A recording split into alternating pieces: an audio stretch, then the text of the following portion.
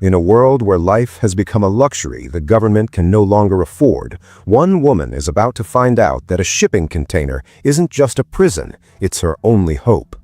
But what do you do when that container falls into the middle of the Atlantic Ocean during a storm? No land, no help, and 9 months pregnant.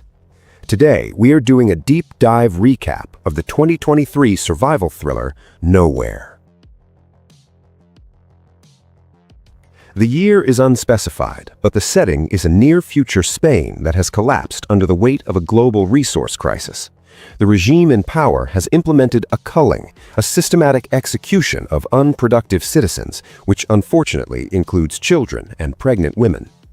We meet Mia and her husband, Nico. They've already lost their first daughter to the regime, and Mia is haunted by the guilt of not being able to save her.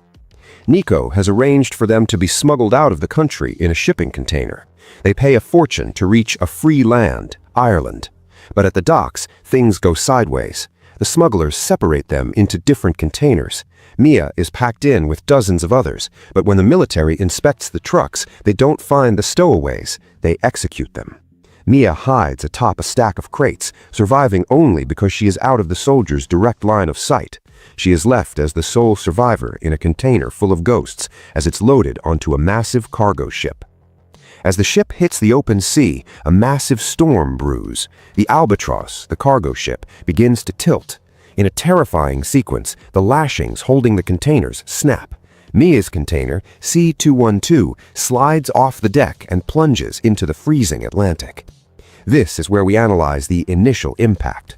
The container hits the water at high speed. Mia is thrown against the metal walls like a rag doll. When she regains consciousness, the silence is deafening. She realizes she is floating, but the container is taking on water through several bullet holes from the massacre earlier. Shipping containers can float if they're airtight, but Mia's has holes. She has roughly 72 hours before the air pocket at the top disappears. Mia realizes she isn't just in an empty box, she's in a warehouse of random consumer goods. She breaks open the crates to see what she has to work with. The list is absurd.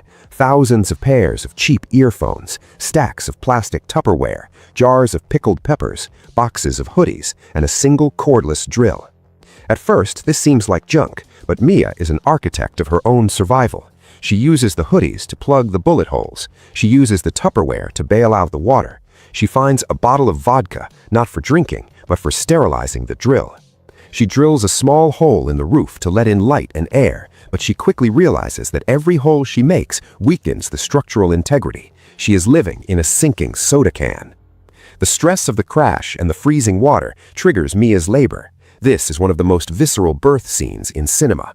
Mia is alone, waist-deep in cold, oily water, with no medical supplies. She has to perform her own delivery while the container groans under the pressure of the deep sea.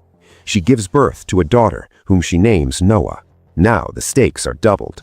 Mia has to maintain her body temperature while producing milk for a newborn. She creates a nest out of the dry hoodies at the very top of the crates, keeping Noah above the waterline.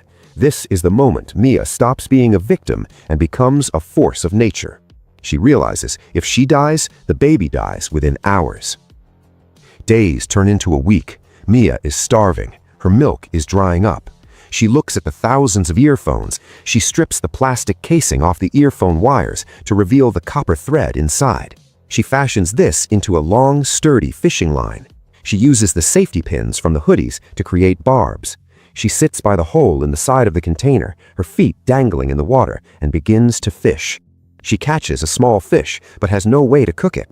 In a scene that shows her absolute resolve, she eats the fish raw, scales and all. She is literally converting raw sea life into breast milk to keep Noah alive. It's a brutal cycle of survival that highlights the movie's title. She is in the middle of nowhere, with everything she needs to survive being things society usually throws away.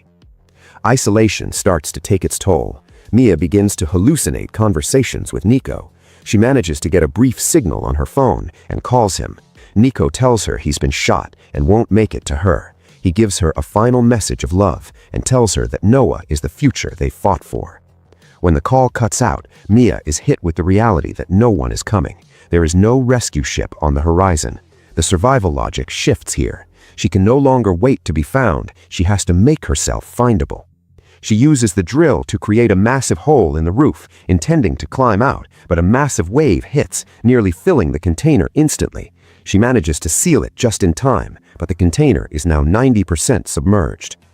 The container's floor finally gives way. The metal has rusted through, and the air pocket is down to the last 6 inches. Mia knows she has to leave. She uses the earphone wires to lash several large Tupperware containers together, creating a makeshift baby raft. She places Noah inside, sealing the lid partially to keep the splashes out, but leaving enough air for the baby to breathe. She kicks through the rusted roof and emerges into the open Atlantic. The shipping container, her only shelter for nearly 21 days, finally sinks into the dark blue abyss. Mia is now floating on a patch of plastic garbage in the middle of the ocean. She is tiny, a speck against the horizon, but she is finally out of the box. Hours pass. Dehydration and exposure are setting in. Mia's skin is blistered by the sun and salt. She sees a group of seagulls. In survival movies, seagulls are the check light for land. She knows she's close to something. She sees a fishing boat in the distance, but her throat is too parched to scream. She uses a piece of broken glass to reflect the sun toward the boat, a classic SOS signal, but the boat doesn't turn. In a final desperate act, she ties the baby raft to her own body with the earphone wires. If she loses consciousness and slips into the water, the raft will stay attached to her, hopefully keeping the baby's head above water even if she drowns. The fishermen on the boat, a group of Irish sailors, notice a cluster of trash floating. They almost ignore it until they see a flash of red, Mia's hoodie. They pull the raft closer and find Noah, crying but alive. Then they see Mia, floating face down in the water. They pull her onto the deck and begin CPR. The movie holds the silence for an agonizingly long time. Just as the captain is about to call it, Mia coughs up a gallon of seawater. She's back. She immediately reaches for Noah. They have made it to Ireland. They have made it to nowhere no longer. Nowhere is a grueling experience, but it works because of the item-based storytelling. It forces the audience to look at a box of junk and see a survival kit. It's a commentary on the migrant crisis, framed as a high-stakes thriller. Mia's journey from a woman crippled by guilt to a mother who literally eats the ocean to save her child is one of the most powerful character arcs in 2023 cinema. Would you have been able to keep your cool in that container, or would the silence have broken you on day one? Let us know in the comments. If you enjoyed this long-form recap, make sure to like and subscribe for more beat-by-beat movie breakdowns. We'll see you in the next one.